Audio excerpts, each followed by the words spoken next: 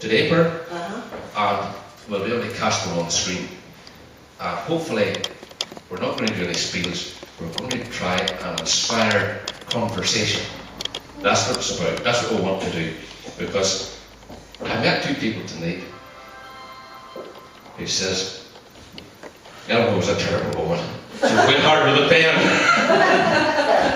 Because he used to go down to the meet, Mary and John O'Kane. Once a week, John? Once a week he went down to Smyths to load up with meal. Because what? Oh, we need just down to do the paying, John. John down to do the paying. Sammy Bird, and we'll talk about Sammy Bird and all that sort of thing after a wee bit. So, firstly, to get things going, Pearl will maybe start off and we'll cast something and we'll stop here and there and we'll try and inspire the conversation.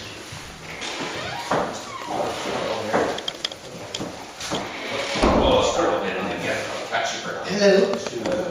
I can show you.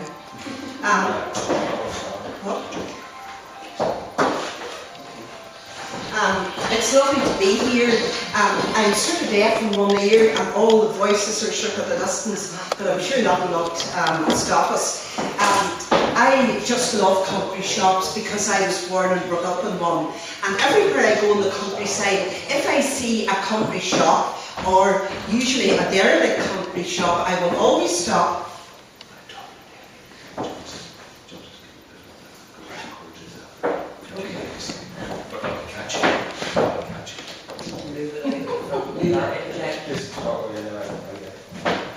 From where? Here? Okay.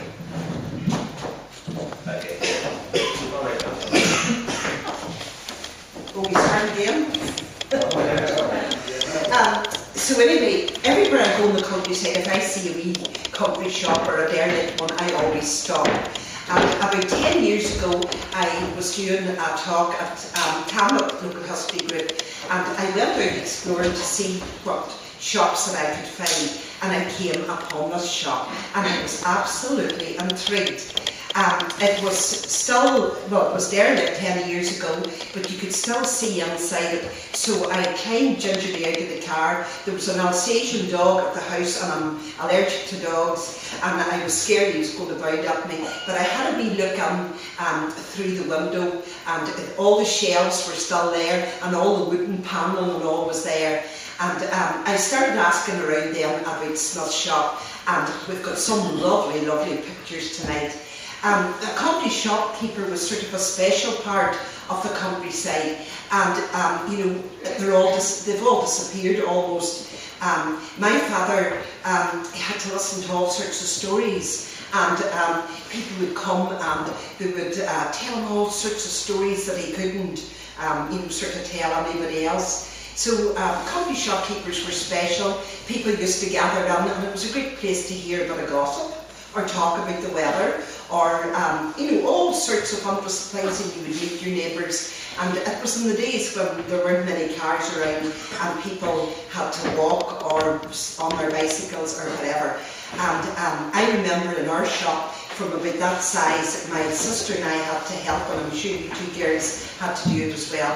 The thing my father always said was, can you sweep the floor? And we hated sweeping the floor because old farmers used to come in with lovely Wellingtons and stuff, and they would be depositing all sorts of things on the floor. Some old boys would be chewing tobacco and they'd be spitting out on the floor.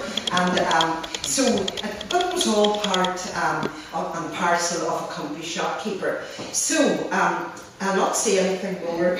I go through a few of these first photographs maybe, and then I want you to talk and tell me all sorts of stories on Tommy's. I'm only Tommy's little helper here. This is a new one for us, a first for us. So these are some of the pictures that I think it was Adelma. The word is we're winging it today. All right, that's that way. So everybody's familiar with this house, it's still there. What about this picture? Do you remember the shop or the house like this? And I think I remember that the house when I was there. And what a lovely garden down below. I'm sure some of you remember that nice garden as well. And this is a lovely picture, a very old picture. I think it was built by the Reverend James. And it was part of the Mansford Drumbog. And it's a lovely book. You see the monkey puzzle, and the people, I presume that this is the minister, isn't it? No, that's our grandfather. Oh, your grandfather? Yeah. James? James A. Right, James A. And who are the two people on the... I'm not sure, but I think it must be people that are maybe working because I can't recognise it. It's not, it's not my grandmother anyway. Right, okay. Can I stand on your light? You maybe flick back to the last one. Right. Okay. Can you see the monkey puzzle now? Yes. No, flick forward. Can you see the monkey puzzle There were now? actually two monkey puzzles. Was there two? Is that the same monkey puzzle as? Yes. And that main building there was what it was in its heyday. Yeah. Flick backward. And that was it there again. Is that right? That's right. And that's a lovely old And there house. was an orchard there in front of the old house. Right. Our grandfather planted a lot of apple trees, and they were still not putting those whenever we were growing up there. Okay.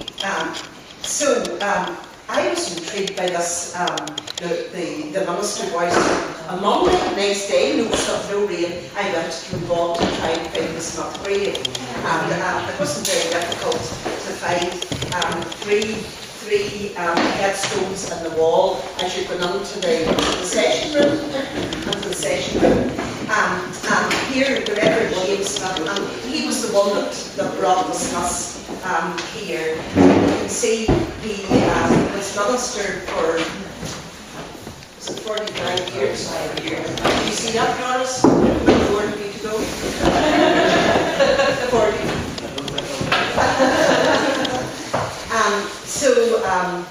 Anyway, I looked up at the Covenanter book that tells you about all the ministers, and it said that he was born in Carnduggan and Ballylagan in 1800.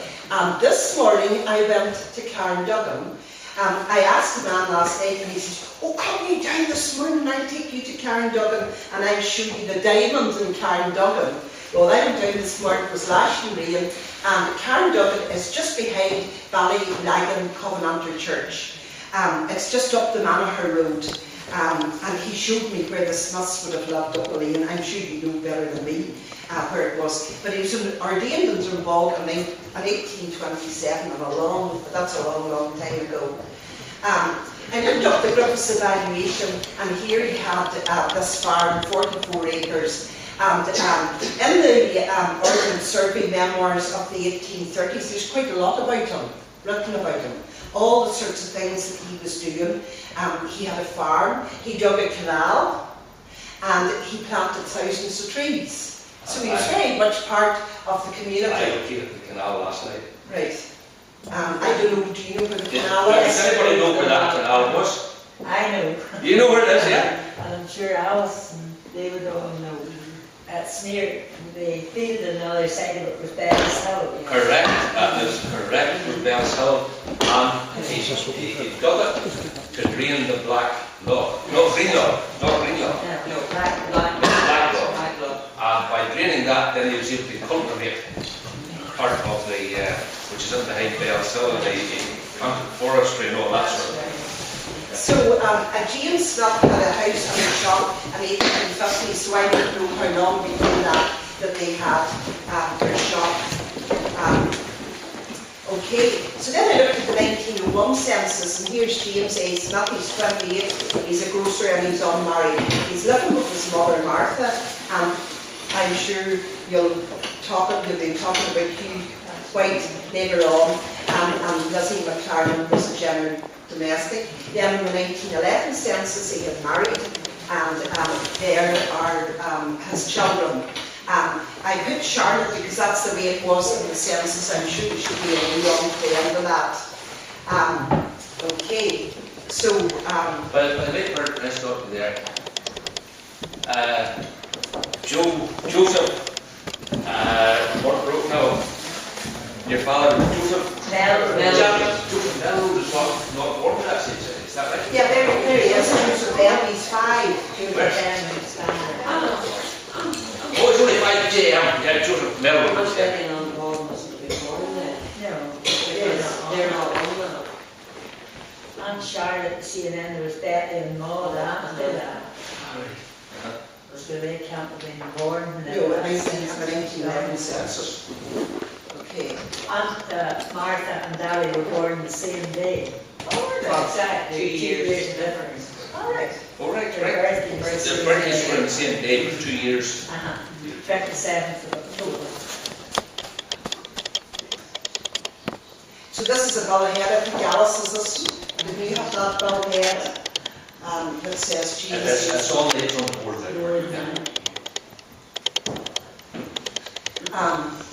Okay. So you ladies, can you do a commentary now on these photographs? That's Grandfather Smith, that's the James man A. who started the show. That's the one with the moustache. And then my father on the right. And he died, Grandfather Smith took a stroke and died quite young. We could have worked out there, so I think it was in his early 50s. He died. And grandmother lived to, I was born before she died. She lived to 1943. All right.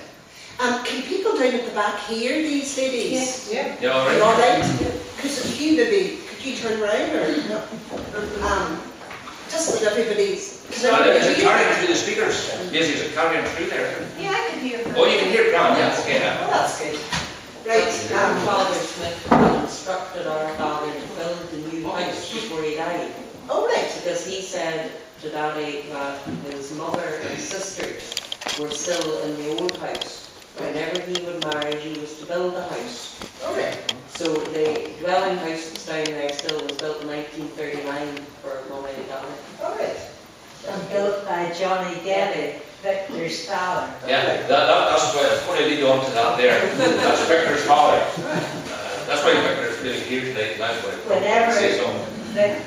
whenever his father, my father got married, they got married on the 24th of August 1939, and they came back from the honeymoon on, it must have been the 2nd of September, and war was declared on the 3rd of September, and they had just moved into the house, and their wedding present from Johnny Getty was a very beautiful, I might say, inlaid clock.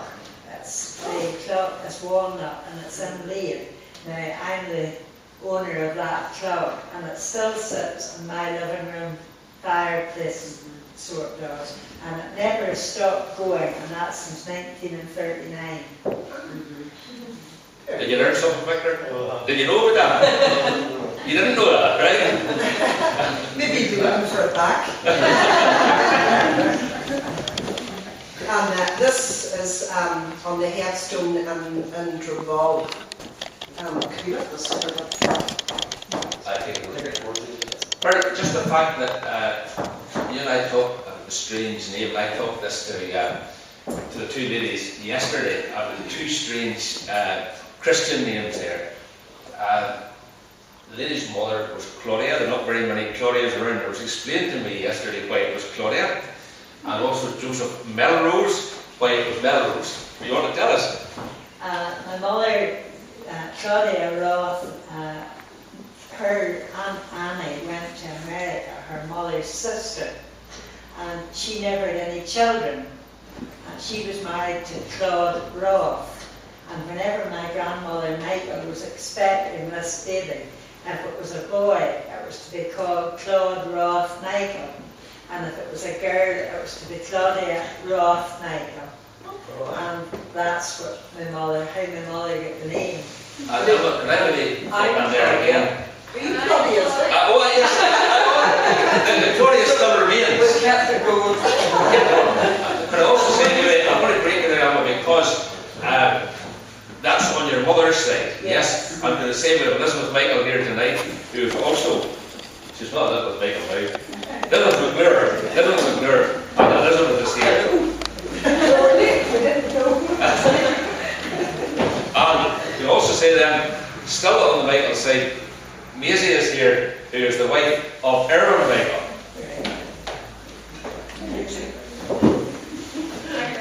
And this is a lovely picture of your mother and father's wedding, isn't it? Does anybody recognise the man? That's a good one for her. Did anyone recognise the man? Any takers? Anybody know who the best man is? Well, I assume that's the best man. That's the best man. Anybody recognise the best man? Oh, come on. Come on! Right? We've got it. George McGrath. And can you tell us who all the other people here? Who else can you? No, it's all right. The girl's name is my mother's brother, James Michael. I'm sure a lot of you have Michael. Yes, yes.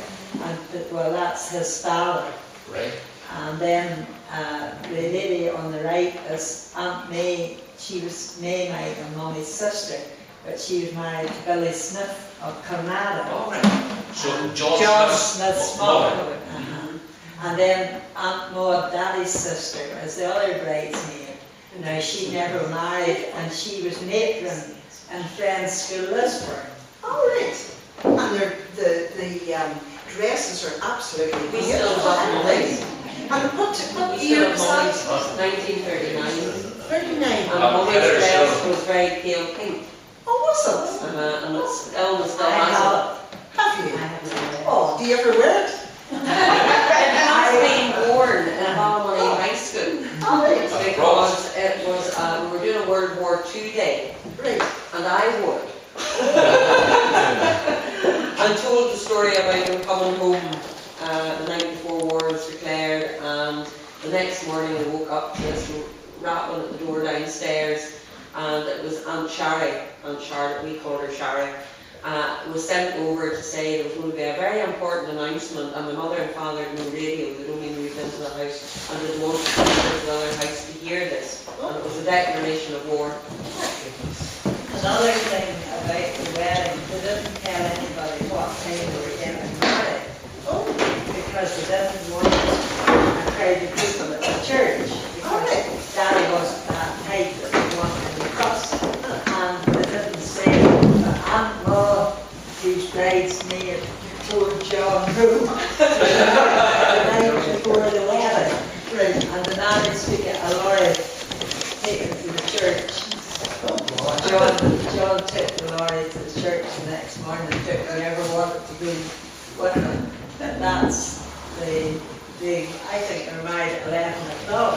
They kind of thing on set. But Mummy taught in Drumoolish Primary School until she got married. She did 5 years in Drumoolish Primary School, and then she gave up and then she got married. Where was that doing now? That was at a studio. Now, it was Elaborators. Elaborators. Yes. Fort Rush. And they went to Bangor for their wedding meal, and it was just the, 6 of them. And then Mummy and Daddy went down south, they went to Hope for their honeymoon. Well, Elma, but there's a story there too, isn't there? They thought they were going to not get back because they were Granny making Smith war. thought that. Oh, Elma will tell you that one. Granny Smith was terrified that if they went across the border and Daddy was taking the car driving down and war would be declared, she was sure they would close the border and that they would never get back. Oh, And she apparently was in tenterhooks the whole time they were away until they got back before war was declared. well, it's a lovely picture, isn't it? And Well, all the flowers are beautiful. When Karen and I are just interlacing things here, if you feel like interjecting as well, Yeah. we were terribly happy for you because that's what we're trying to do. You would think when Perry took that photograph, she drove the car. At least the flowers over. Right, what about this man? The nearest thing to a grandfather I had was my grandfather who was dead. How many people remember or ever heard of Huey White? Right? Has anybody seen a photograph of Huey White tonight? So the board, and you have scanned as well, Bert, have you? There it is. But he wasn't always dressed like that. He got dressed up. He got his pension. I'm sure the rest of you remember he went to Cladding once a fortnight or was it once a month? I'm not just 100% sure. But he got on a suit, and a collar and tie, and got dressed to go for his pension. And whenever he was coming back with the pension, he always called Joe Henry's pub on his way back, you see. And he got, I suppose, a beer or two. And whenever he'd arrived back up to us, he always kept a wee terrier dog in the house with him. A wee black and white, you know, wee small terrier. No, it was bigger than a Jack Russell, but whenever he came back up from this, you see, he always came into the house. He was meant to come into Mummy and Daddy whenever he came back so that they would know he was back. And he always got a cup of tea and he would sat down at the end of the table. And then the dog, that would have been below the table, you see, and that didn't want to go with him. So he took the belt of his trousers and put it round, you know, put it round the dog's neck, and he set her off to the dog up to the house. And the dog would say, "The wee curry, will you come up?" Can I maybe tell you something Sandra told Pearl and I? And I have to tell this because, oh, Sandra told this himself. You talked about him being dressed up. He went Pearl to tell his Rush to get a pair of shoes, is that right? And he bought, and Pearl and I fought with this word to see what it meant. Sam says he went to Ellis Rush and he got a pair of tri-step shoes. It's only been over. Do you know what a pair of tri-step shoes? He ordered a pair of shoes. And the cobbler was on McCall, was it? Yes. Anybody remember? Wally have a wee word here about Cutie and Wally, will you come on here to say her? You realise that Wally spent most of his working life around Joe Smyths from he was a wee boy. What can we use that one there? That can actually Wally in there, yeah. Yes, Huey always said to McCall ordered a pair of shoes, you know, and then he'd late and walk the town whatever he's on to try them out.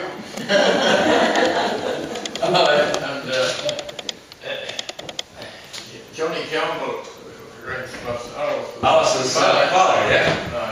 I remember that one day, and Huey had a fresh pair of socks. Drying fire, you see. Johnny was a tape of mom with that. On about the iron tip.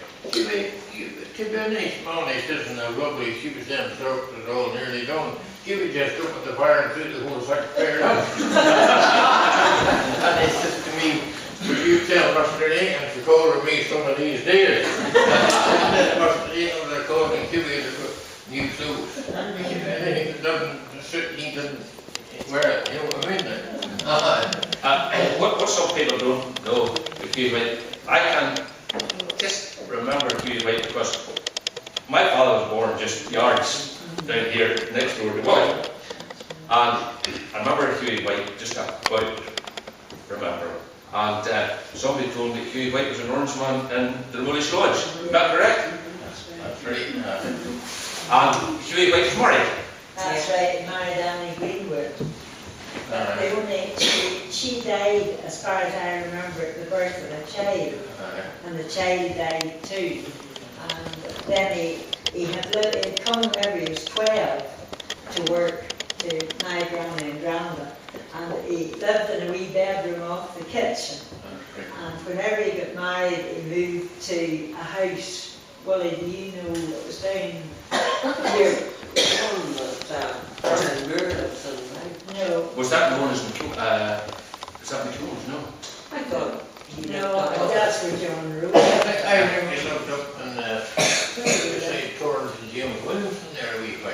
I heard he looked up there a wee while. But then he died, he went back to the bedroom at Granny, with Granny and them, and he lived there. And I mean, he ate all his food with us down in our house once Granny wasn't there.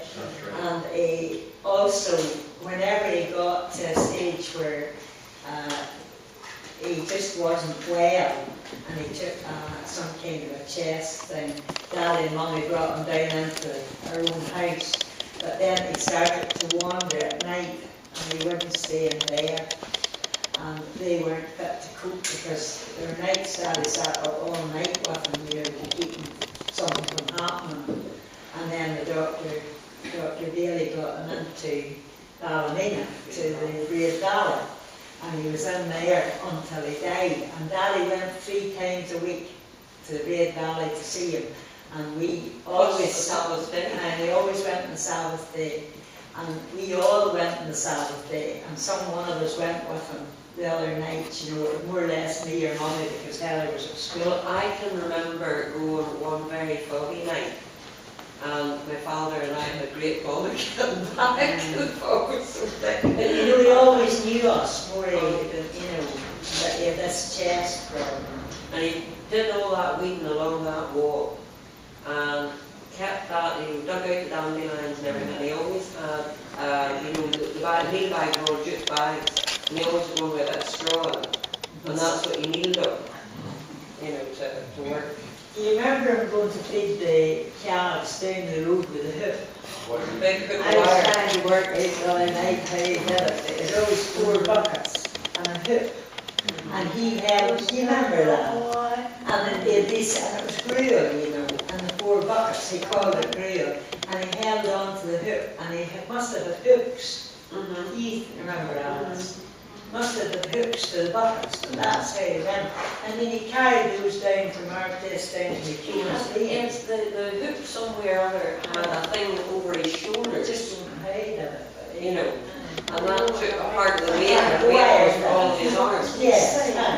But he Margaret- had like ropes or something. Margaret, do you remember Huey well? Oh, sure. Well, Sam also told me, Wally told me, there are a lot of pranksters down around Smyths. Well, is that right? They had a lot of pranks. And Sam told me this, I have to tell you. My father, Walter's father, her father, apparently, I don't know whether her father worked. Did my father Your work? father helped, He yes. helped. Different times whenever they were short of help, they would have come. But, Even after he had another job, he would have come on a Saturday. but Sam told me that Huey boiled a pot of sponge every day. That was for the workers, I think, wasn't it? And they, you remember that, Margaret? Yeah. And it was for 12 o'clock, apparently. But my father spoke the clock one day, and he had the sponge down in for 11 o'clock. And then there was a war with the workers then because of that. Do you remember that, Margaret, do you? Yeah. Right. I remember the first time that we had a half day when we were working in Smyths, when I started on the thing of a half day. So, when I come in, we had to get a half day every minute. There were over 6 people working on a place, you had to give them a half day. You know, it was more of a boss nearly than Joe himself was. We were all getting our basic off to go home, and he came out and he says, England is from bad lords, people going home in the sun shining.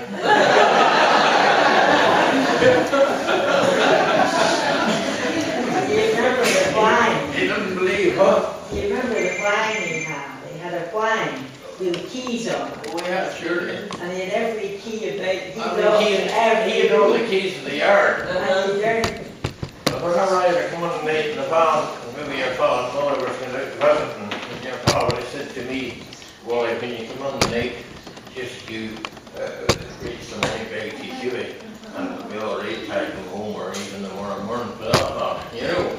And when I come on the liver with visit, I always left the money bag to that day's ticket going on with Huey. And your daddy says to me, just stay at the door a month or 2 till he gets it left away in that wardrobe in his bedroom. So I just stood about, and then I said, now Huey, I'm going and don't open that door to anybody that you don't know. He reaches up behind the door, and he says, I'm not getting up. There's a half door in the house.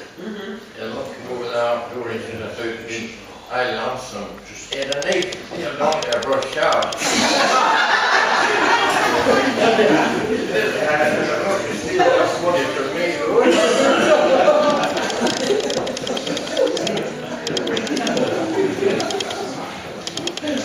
But he was a very honest worker. he was a great worker. He was And then he got a gold medal, and they were. Wally, can I just tell you the gold medal here? Elma has brought the gold medal with her. That's bronze actually. Brown, eh? There, it's there. And we got that 47. Well, he was with us a long time. You want to pass it around that one, I pass it. It's from the Royal Agricultural Society. You had the gravestone, what year did he die? Back. 63. I thought it was 62, but I wasn't so bothered. That was, I knew before I but you see, that's 47 because that's 63. 47, 57, 60. Another 15 years.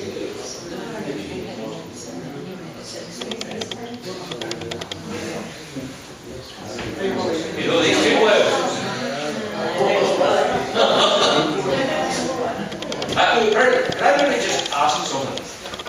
Now, what year does the shop open? That would be in your grandfather's day, wouldn't it? Do you know? I don't know. You don't know? Do you know the year it closed? Do you know what? I was thinking 63 or 4. 64. It was after I went to Cambridge House. Is that right? I was changed schools. I moved out. Yeah. And you were married. I got married in May 64. And I think it was December or January 65. I know it was I think it was supposed to be officially the end of the year, but there was maybe tail end of stock sold out or something, into January a wee bit. As you can see, Wally was well dressed with his collar and tie. You men never went out without the collar and tie. I don't know. I know that time it was all collar and tie. Oh, yes. And I still was a habit of wearing a collar, and then I went to work for the car insurance company, and you had to wear a collar and tie. Well, you still were. Oh, right, you did. Let me say, Willie was always, you were always on the grocery van, is that right? That's right. And Alice, you were in the, Office. you were in the office.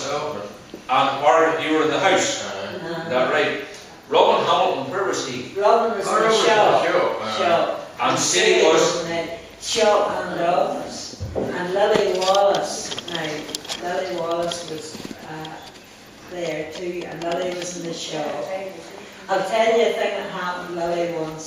John Moore was quite Willie McConnell will remember this. John Moore was quite tricks, he played tricks, and it was a very wet morning, and there was a great big plum tree round in the backyard. And John had been round the yard, and I suppose he thought it was a great joke. He lifted one of these big Victoria plums, and he brought it into the shop. And Lily was standing at the counter working at something. And he pulled out, she had on a short coat, and probably a jumper or something below, but he pulled out the back of her thing anyway, and dropped the plum down her back, he said. And he says, that's a dead mouse I found upstairs. Well, Lily just went like a stone. She did. He talked about Joe Smyths losing reason. He lost reason. By the way, You don't remember that one? I don't remember that now, but I know that lots of things, that were going around. Well, Lily Moss, by the way, apologies, she couldn't be here today because she's away on holiday. And so Lily wasn't able to go. But Wally, the fact that Elma has told that one about John Muir, you'll tell the one about John Muir being in charge. Joe going on his holidays. Why? Two went for a week's holidays to Scotland, and everybody was just to carry on as usual. I don't know, I'm sure you were. I was there. You were there. Anyway, the tea came up every morning, 10 o'clock, a cup of tea for everybody before went out on the road. And the jam sandwich. Aye, that's right. But by the way, Johnny Geddes and Robbie Johnston were working in the yard at that, doing something that time, doing some repairs.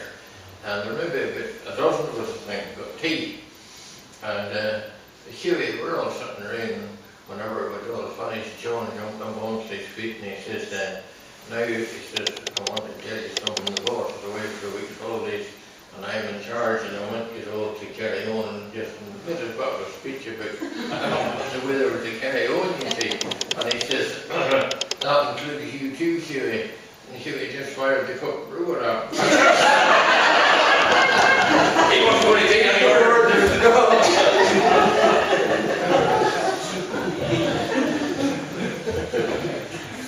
Where are you going from here, Bert? Yeah, we're going to the hotel, right? Sammy Moore. It's not Sammy Moore. You all know who Sammy Moore was, do you? Sammy lived in the first cottage here, which was my granny's cottage. But I made a wee contact this week, and this lady said she would come if she felt able to come, but she's not here tonight. And that was Sammy Moore's sister, who worked. Was she in the house or was she in the shop? No, she was in the house. She was in the house. And it was Alice told me about her. That was Eileen Moore, Alice. Isn't that right? She was in the house. Eileen Scullion. I made contact with her 3 nights ago. And she lives in Mackerfell, but she's not mobile. She's doing No, she lives in Western Road. No more. This is Andy Moore's daughter, Amy. A sister of Sammy's. Sister of Sammy. Sammy got a big one. With the 8 boxes. Remember 8 boxes? Yes. I have one with you. I still have one. And then somebody gave me a docket that you had to fill up for, do you see how many dozen eggs there were? You think 13.5 dozen? Jimmy, you hear that license number? Huh? I probably wouldn't I was have known it. You made the license number, you had a license number. I don't remember. 378 it was.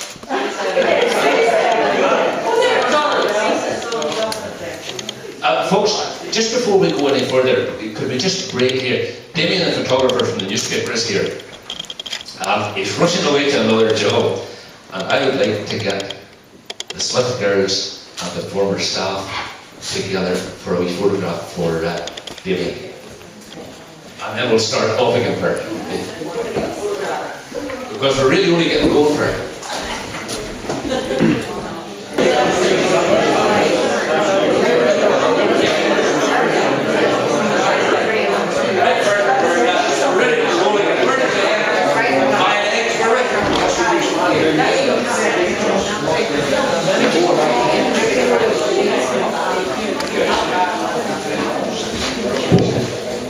Well, police maybe going to talk to you about on the road. And as you probably all know, it was a grocery van, not a grocery van, a grocery cart lorry. A grocery cart. And the middle bit was divided for to collect the eggs. So Willie and his helper, and they'll tell you who his helper was. But before that, who was the agency there? There. Who Who was that? I think that would be Ali. That's not Alfred too, that's my brother. Did he live in Romardo? I just told him our road. 1846. Did he? Well, then that's Alec Dempsey, Olive's father. You think that's Alfred? That's it. Where in the Mars Road? Oh. That's the bar.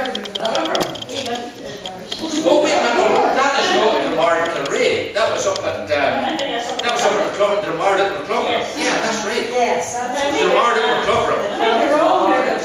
That is the Mard, yeah.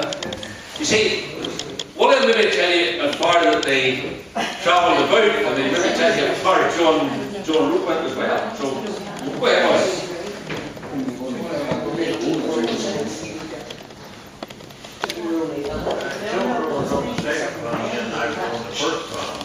Remember?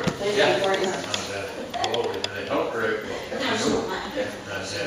That's one of the ones there. Yes.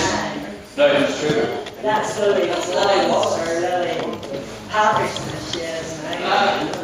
Who's that there? Lily Wallace, she was. Oh, that's Lily there. And Yeah. that's Lily. And John Rose. The fine finger there.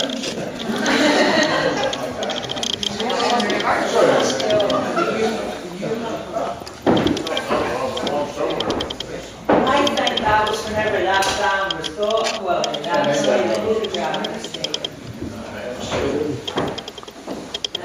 Hotels is it? Hotels, perhaps. I think we died about one of the first ones where I think we raced the reminiscence. That's right. Because when Rach met her and she come home 10 years old, and we went to cut, she was a diesel. We went to put diesel in her, and we forgot she cut a hole in the side where you could get into the tank. And I had to take her into the reminiscence to get a wee hole cut in the side that we could get diesel in. Well, can I just stop you there? You said that body was made by Wrights. That is the same Wrights as you know today, who are manufacturing the buses. They were up and there with the back of the cushion door road somewhere. That's where they were. So they've gone a long way. The former days were making vans for Joe Smith.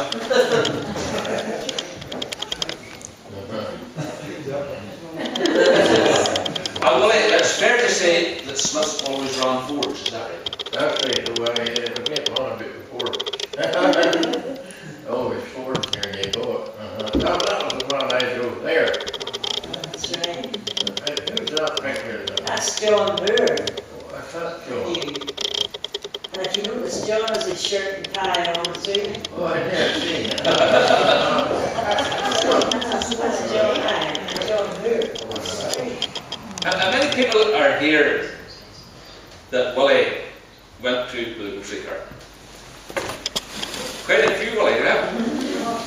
Right? You remember his helper? Yes. John Moore? Well, Walter and I can tell you a story about John. They came every Thursday to our house. And John was on with the eggs and Willie was doing the groceries. We didn't like the day that Joe was on.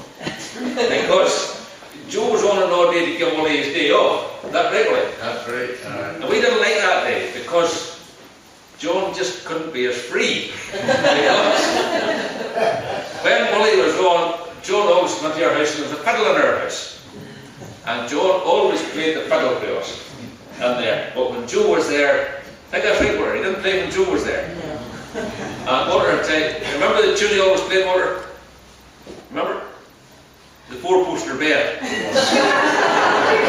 he played the fiddle, and then at one stage he tapped the top. You remember, Willie? He tapped it right around 4 times with the end of the bow. And that was the four-poster bed. Yeah. Anybody else any tales to tell whenever they went to their house? Willie, there was one house that you had as a tea house. And can I tell you, tonight, we have the granddaughter and the great-grandson of that lady here tonight. You'll tell us who that was. That was Mrs. McCann, right? That's in the rock. Am I right in saying that? Yeah. That's right, yeah. And Kathleen's here and Kathleen's son. But Kathleen doesn't remember you there, Ollie. No, there, say no. They be girl, not say. She was only had a twinkle in her eye, Willie. So. But you told me about Mr. McCann's, there was a gallery in there in the daytime, wasn't there? Oh, I always a few people come to McCann's because, well, it was a farmhouse and a wet day of the galley done for about my yarn, you know. And we took a couple of lovely tea in it, always in a tin of cup. Oh, I saw we went across the McCann, we made her tea in a tin of cup. And there were a jug of goat's pulp in the temple if you wanted to cool your tea, it was there for you. Well, John making tea every Thursday evening, you know.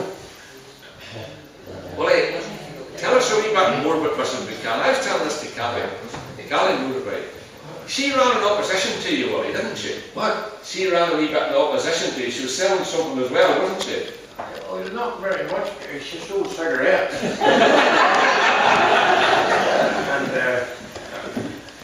And she used to buy some of them from me. Oh! Because, well, she probably got them on fire too, but if she run out, but after all the people around to get to buy cigarettes, you go from work out there. And it was always a get out. Yes. That's it, you know. Yes. There you are, Kathy. There you are. Is the cupboard still there? Do we have that? Cupboard's not there. So, Bonnie, would you tell us a wee bit about where you went in your run and the shop, where you went with your mobile shop? What was your run? Right, we're locally around here and up to Upperlands, Machernagh, down to Lindsay Killeray, Portland, you know, just around that area. And well, that was 6 days a week, wasn't it? 5, 6 days a week. And what sort of things did you sell in the van? All lines of groceries, you know. I was in a very good van of stuff, you know. Well, I can remember you come to our house, there was a lot of remembers this or not. And mother and father thought that they would go with the coffee.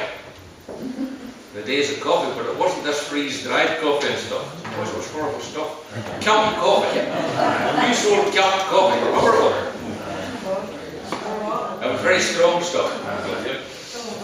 What? What? I was in a bottle of it. I was in a bottle. You still get it? You still get it? Still get About the coffee was, I called this lady, and she was in the ATF during the war, you know, and she told me a joke about that.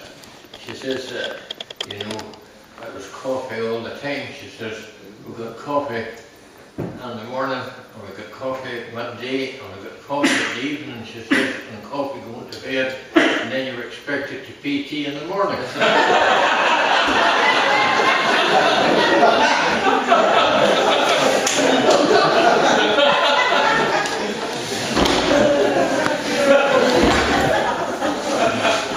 Well, wait, tell us about the eggs. You told me, when you gathered up all the eggs, where did you take them? When we got up all the eggs, we took them to an egg store in Ballymoney, Charlotte Moore.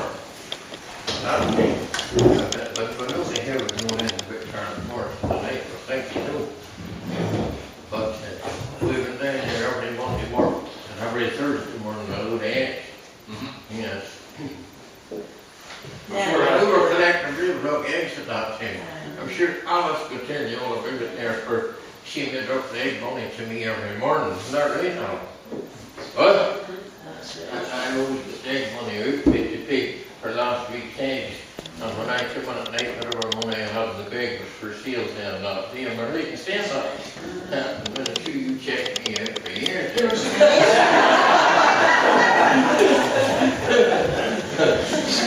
Well, maybe, Alice, you told me, well, the both of you were there during wartime, right? And Alice, you dealt with the coupons, is that right? There were ration books. Oh, the ration books, sure. Everything had to be weighed out and That's shown right, in the according coupons. to the bushel. That's right. And did you keep the ration books of the people? Yes, Alice was in charge of them. So, before you brought in stock, Alice, did you have to have coupons to cover the stock coming in as well? Oh yes, they were rationed. Boy, did you ever smuggle any cigarettes in that lorry of yours?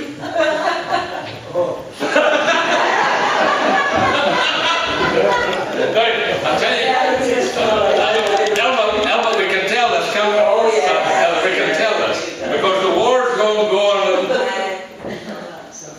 I can tell you that the way before my day and Smyths, but Joe and Bill were on with them, maybe a little over James' car, and they were going down, and Oberlin jumped in front of the wine room and got to the train. Oh, And the train cracked the van. You ever know that? Yeah, I don't remember it, but I No. know it happened. And a lot of stuff all spilled along the line. And all the eggs were broken. And the eggs were all broke, and the cigarettes were, it was a wet day and they all got wet. And I think the state they were doing the show for out in the store yonder for years after, or left up in the river and good for sale, you know. I took a notion of smoking when I was 16 and one day, Lolly, the late Mr. John Rose, she introduced me, take one or two of them, she says, they won't be dumped anyway. I smoked 3 of these cigarettes, and I had to go and lie down in the heat.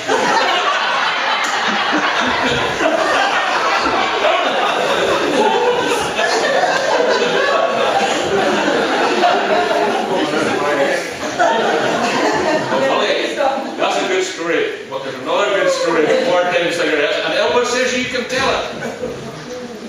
What was that? I mean, you've been arrested. Why? You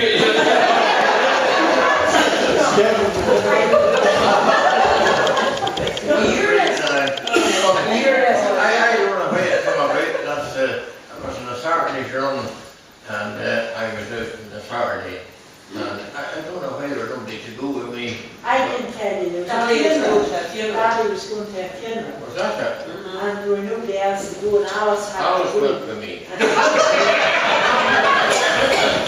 We were a half a done when these three men pulled up in a car, three customers, and stepped on, searched the van, and got a few cigarettes that weren't shoving them in there. Where were these cigarettes coming from, Wally? They came from down south. But now I want to tell you that Joe Smith didn't buy them cigarettes because he'd make a big profit or trying to make a profit, and he bought them to eat out because we couldn't get enough here. To keep his business. And go to your business. And Alice and we were arrested that and the two of the detectives took board in the car, and then I had to drive the van and drive the other detective in it, and to get back to Smyths shopping. And then they took the van with them. But you unloaded the van first. Down at the shop, And they took the van. and they took the van. But one thing that, remember Matt Warren, the bread man was there, remember it happened. That's And right. he did a terrible good job because he left, it was at Shields that it happened, you know, up at, where Roy Shields. Shields, you know. Was it Drumoolish or? And Matt went and left there, and he drove to Upperlands till he found John Rowe. And he told John that he had any cigarettes in the van to get rid of them. And the house that John was at, he left whatever cigarettes he had there. And he said, he always came in about 2 o'clock on a Saturday. He was finished, and he came in.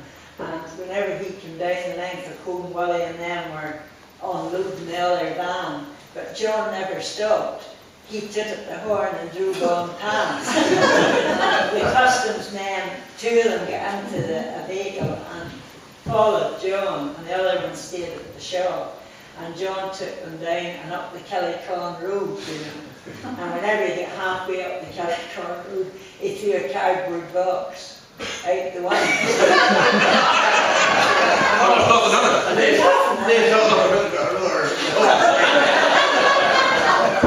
they stopped the car and got out, and John drove on home and parked the van into the shed. But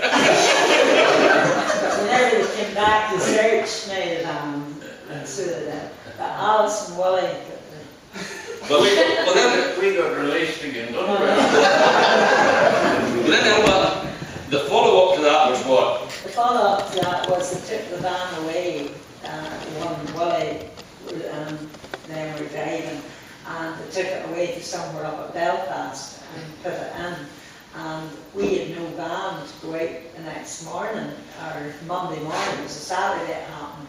And Daddy rang Acadie Creamery because he was friendly with Sammy Torrance, and they knew that they might have a spare vehicle, and Sammy Torrance lent them a vehicle with just the covered sides, isn't that right? And they brought that up, and these ones filled it, and I think they started early, either Sunday night or the next day, and they put all the stuff in, and they were ready to go on the Monday again, maybe a bit later. But Daddy then was taken, maybe it could have been 6 months to 9 months later, he was taken to court in Makerfeld, and he employed Mr. Hastings as a solicitor. And Mr. Hastings said to him the day before the court, he says, Joe, if I can get that van back for you for £500, will you give me 100? And Daddy said, you'll get the 100 if I get the van back. And that was the bargain. And the court put it was £500 he had to pay to get the van back. Now, whether he had to pay, I'm not sure whether he had to pay a fine as well, but it was £500 to get the van back. I think if he bought back the van, that was the fine. Was that the fine? I'm not to say, I wouldn't be sure now. But I remember seeing I bought that van twice.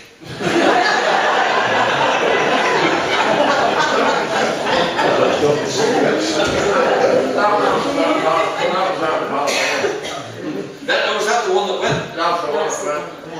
That's the one. And the other thing we used to hide the cigarettes. One of the hiding places for the cigarettes, whenever they came from the south, was the strips of corn down below the house. They would have put them down there during the day if it was dry and brought them up onto the house at night. You remember that? But then Alice, you told me there was a very famous wartime cigarette. What were it Do called? you remember the name of it? Pasha. Now, somebody told me yesterday, I mentioned Pasha, and somebody said it was like smoking camel dung.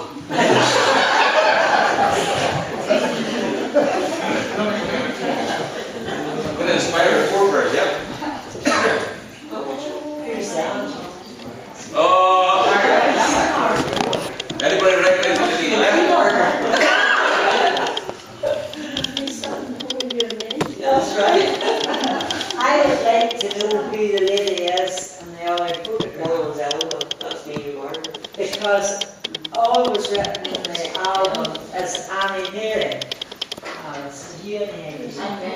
Just said Annie Mary, you know the lady that listened to me. Do you know the about? Well, do you know? No. Who that woman would be? Now, is that you, Heather, or is that Gail? No, that's me with the lady with the dog. Heather's with I'm with Margaret. What? You're with Margaret? I'm with Margaret. But that's taken, you see, in front of, that was up at Granny's, that's taken in Paris. Well, in the book it said Annie Mary, but She knows the one that my mother used to always tell the story about whenever they were hanging the curtains. And she always, Mother was trying to get the curtains right, and she always says, "Mistress, they need to fall to the window." But it's funny, I just don't know who she is.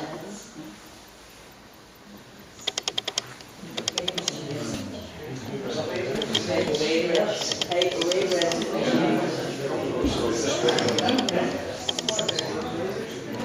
I remember the farming day, and then the flower bags, mommy washed and got all the colour in flower bags and over out in the lawn in the front of the house yard at the beach and the grass there, or maybe over the hedge. Remember the big broad laurel hedge down the side of the house? I thought it was cut, you put plants on top of that. There are a lot of people, lots of flowers. Yeah, the big sheets from her or something. I remember my mother meant to be a best. I did my flower bags, so there you are. Ella told me something yesterday. John Keane probably remember this with the meal going there. And I remember it happened in our place because Sammy Muir did it when he was unloading the meal. He got an ordinary jute bag and he pushed the corner onto the other corner. You remember that? And they came down from Belfast, E.T. Greens. A lot of the meal came down from Well, I told me that there, but the lorries come in from E.T. Greens. Whites. Oh, they were sure last week. Twice a week. 2 or 3 times a week now. And they were big, like 6 metre for it. To where? Well, they're going with them on the yard down there, but they're going into They did, they brought them in and they got them turned and back up out that line. Well, you told me one, this is worth telling about one of the jokes of John Moore. You all know John Moore, a very jokey guy. And Ella mentioned Matt Vinton. Matt Vinton was actually the bread man who delivered the bread to Willie and St. John Rowe. And he was literally English. Before that he was driving from a comb. But what was John Moore's joke in that one? Well, John said, you was always looking for, a long road to see if Mark was coming to meet us for the bread, you see. And John used to say, you was always looking for my comb, he says, and I'm having the hair in his head.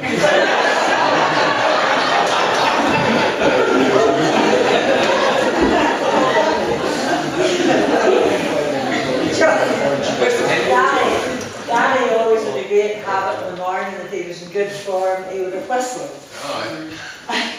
And what did he whistle with? You remember the tune? The girl I like.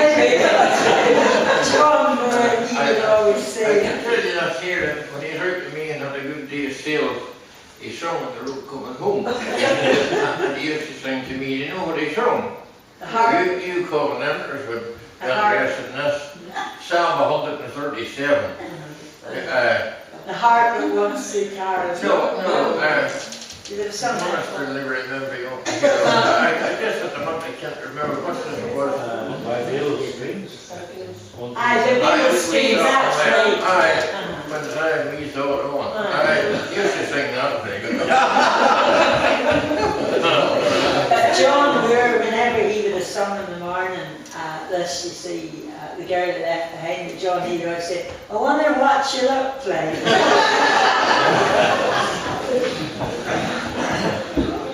John was very good, you know. I remember one morning, the postman always come up from Portman and they left the letters in the shop. And Joe would come up in a hurry to get started and doesn't bring his glasses. And he says to John, read me what's in that letter there. John here read the letter. Dear Joe, when you're coming on Saturday, please bring me 100 layers smash as we're having visitors on Sunday.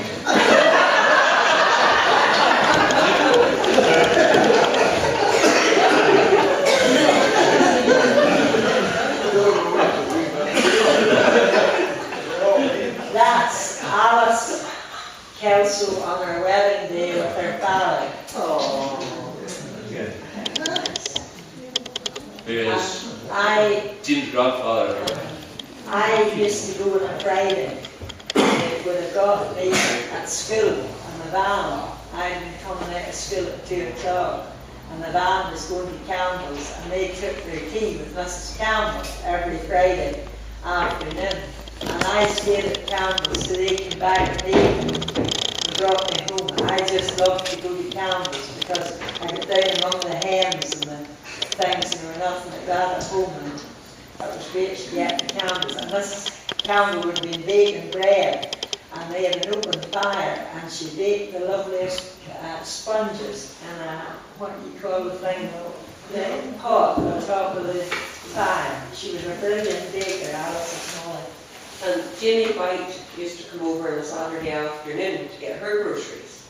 And Jenny was an aged woman by the time I remember. She lived down below the shop there, the Alex still, you know, where Alex White lives down there. Jenny had one end of the house. Was that Alex's mother? No, it would have been his Cousin. father's.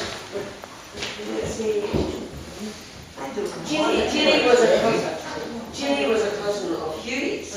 Wasn't that right? She was a cousin of Hughie's. I wasn't sure what relationship there was with Alec. I wondered if he was a nephew, but No, was. No, definitely. But anyway, Jenny kept, you know, I would carry the basket over for her, and Jenny made me tea. And there were no fridges or anything then, you know, and Jenny, if she thought I was coming over, she would have wanted to give you tinned fruit and jelly. But many a time the jelly hadn't set.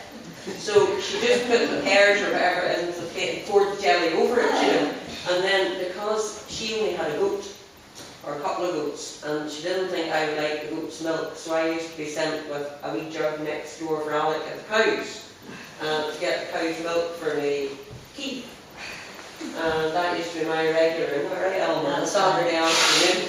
I got my afternoon tea with Jenny, and she maybe bought a fruit bun or something in the shop, and you got treated to a slice of the fruit bun. Do you remember Neil and Pat Kane? Does anybody remember Neil and Pat? And you were, and they came to the shop and they brought their big wicker basket. Do you remember that? It was like, you know, and there was a lid went over, and they brought the eggs in the basket and they took away the groceries. Well, I remember when you and I talked to Sam, Sam told us about some woman who walked to the shop sort of across the moss. Do you remember that? And her bare feet. Or her bare feet. Margaret's granny. Was it your granny? Did she live down towards the Dead Island or something? Sure. So that's your granny. Alice was just mentioning something else, a photograph of her and her father. The car at the gate would have been my father's car, where he drove Alice and her father to the church that day. And that was in a Ford Zephyr or something.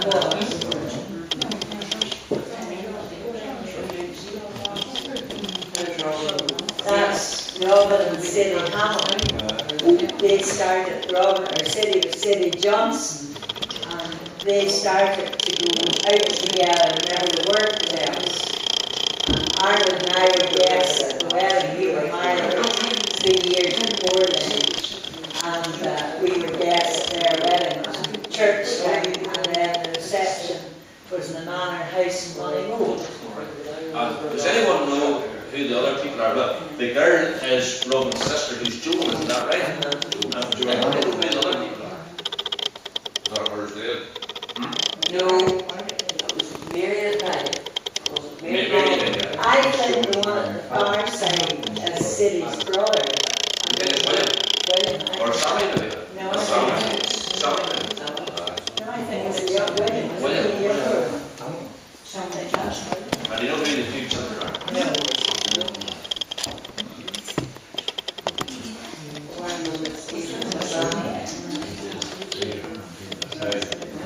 See the one at the top? Does anybody know who the boy at the top is? Margaret should know. I should have started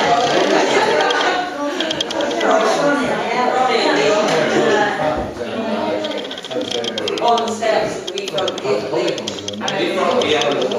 It's Margaret's son, Ronnie. Whenever after Margaret got married, she still came to look after Helen, and then Ronnie was born, she brought Ronnie with her. So She used to have a wee seat in the back of the bicycle, and she brought Ronnie up in the seat in the back of the bicycle. the middle photograph is Helen and Alice and me. And Mummy and Daddy were away somewhere, and Alice was left in charge of us, making sure that we didn't get any missed. And the bottom photograph is Lily Rowe, John's wife. It's Alice's Sister. She just Lily just died a few weeks ago there. What year was she? 92.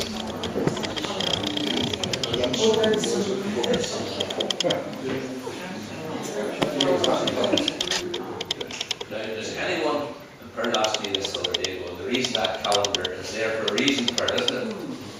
Does anyone know of anyone who has a James A.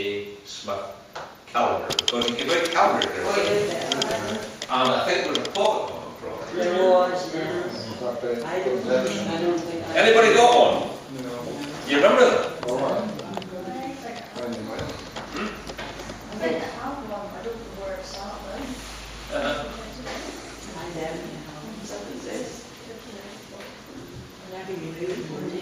This is the last slide we've got. Anybody know who that is?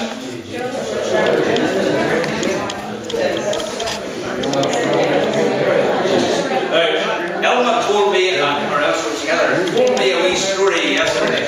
And we put the letter JJ there for a reason. Are you going to impart that one, girls? Whenever Reverend really came to church then at the beginning, he wasn't married. And my two aunts, Maud and Betty, were about, and I suppose they were about the age he was, you know.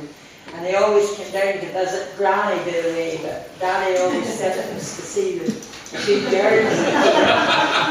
But nothing happened then? No, nothing happened.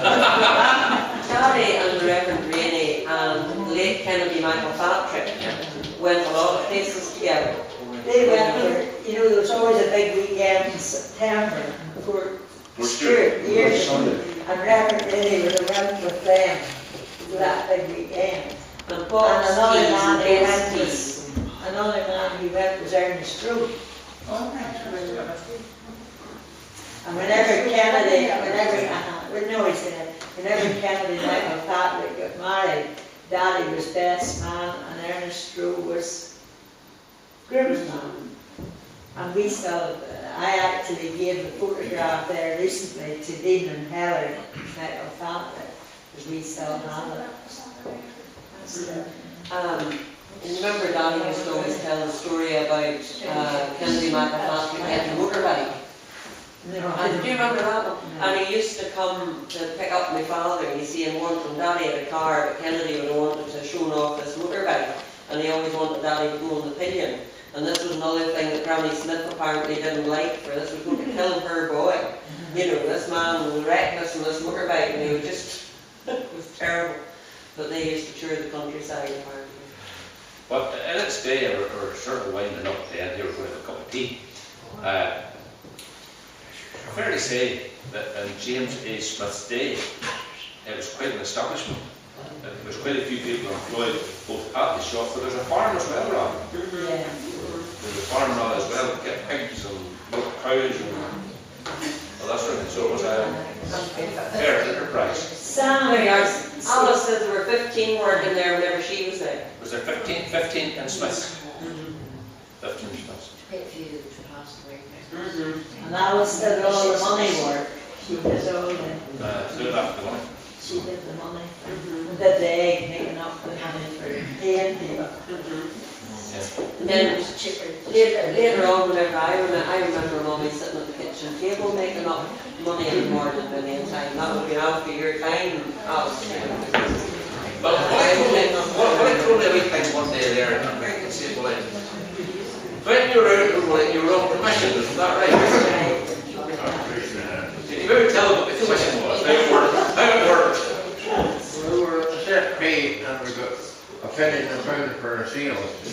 You know, our pound sheet, whatever, how much the next morning. Then you got a penny. Bed, you know. You got a penny per pound. That's right. And whatever you could sell in a week, well, at that time, I seem to be bringing in £1,000 a week that time. For selling the groceries. It wasn't bad 30, 40 years ago, you know. And but a penny and a pound of then was just 8 and 4pence. You know.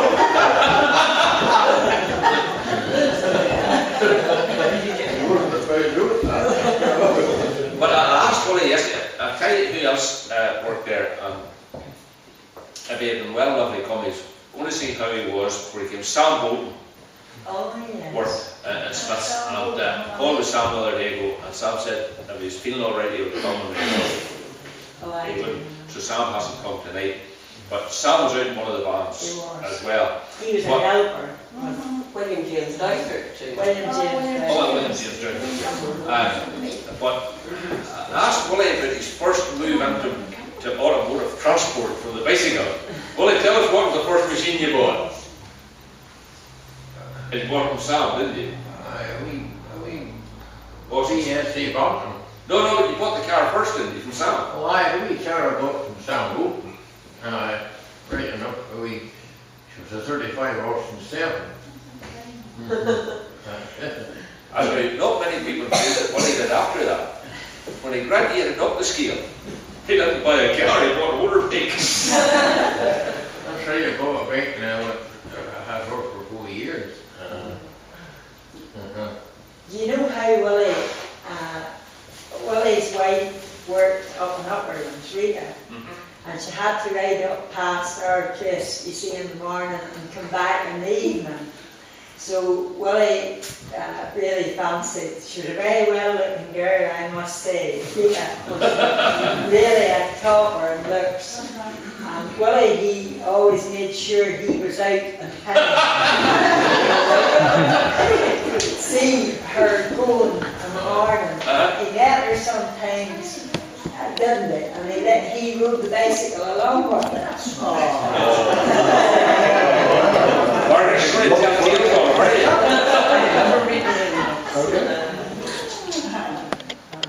Well, folks, there's a tea ready in here. Yeah. The other thing Sam Rowe did about was he killed pigs. And the time whenever food was scarce, the same time when they cut up a pig. And people in those days, couldn't get the amount of food. You couldn't get bacon for a family or get the thing. And they would have cut up the pig, You shouldn't have been doing it, I know, but Sam would have butchered the pig. Do you remember that, Alex? And they would have salted the pig. And the way they did it was they put it in a tea chest and salt. And they kept one always going, and then they cut it up, and people were very glad to buy it. It probably wasn't, as dear as what other stuff was, but I mean, they were glad to get it. stuff was rationed. It was all rationed, you see, and they couldn't get, if you had a big family, I remember your daddy had a good habit of saying to you when it first time I said to him, you could bake on the day, Joe. Oh, bake on the far bit as a bag of the day, he said. I don't want bacon on a bag of day.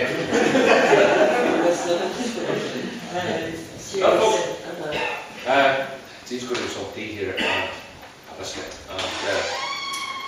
you can talk amongst each other, talk to the people who've been talking to you, and to those who are maybe inspiring in behind Alice and Margaret, and talk to them as well. Heather brought some Docket books here, and Heather gave me a set of stamps here. For stamping James A. Smith. I was through one day and came with this book here. And if you look at this, don't even know where this came from. Or I don't know where the book came from. I bought it. Willie McConnell has a calendar there. Oh, sorry, and Willie has a calendar, yes. Feel free to. Willie, tell me about that calendar. This is the calendar that I got last year, and doing the foot of the Smyths here 100 years ago. Joe Smyth at school, I'll pass it around so you see it. That's Joe there, look. And that's Charlotte, and somebody said, I said it was Martha, but Ellen tells me in the night that it couldn't be because Martha was 2 years older than her father. Therefore, that could be not just the right count. But that was the Smyths there, and they went to Greenlaw School because it was down beside them there. And I'll let the minister read it out there at the bottom, but it says at the bottom of it, you see that little paragraph there? Way down at the bottom there. Surprise your neighbour. The reading there down at the bottom.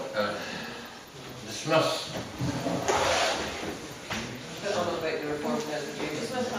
Oh yeah. The Smyth family belonged to the Drumoolish Reformed Presbyterian Church. Yeah. And they're really on. Well, I didn't want to, but that's why they went to the school here, you know. Pardon? That's your grandma there. Too far to walk.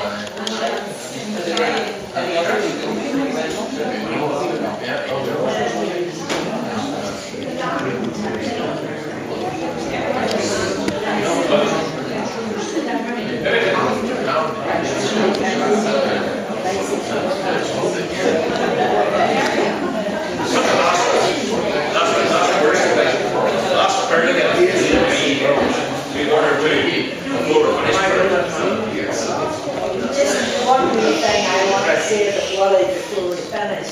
One of Willie's jobs was taking me, bringing me home from school.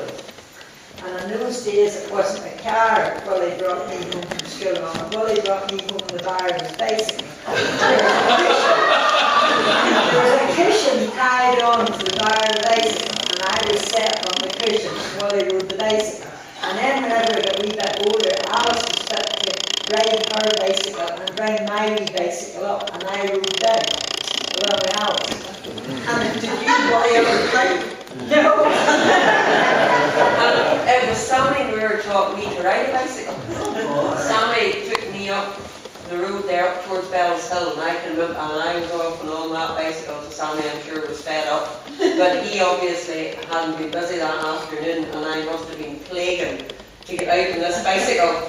And Sammy was dispatched up the road to help me to learn to ride a bicycle. Well, folks, that was a wonderful story, wasn't it? And now I want to encourage you to write it all down. Because, you know, the shop is now gone. Not a bit, well, there's a bit, isn't there, a wee bit left.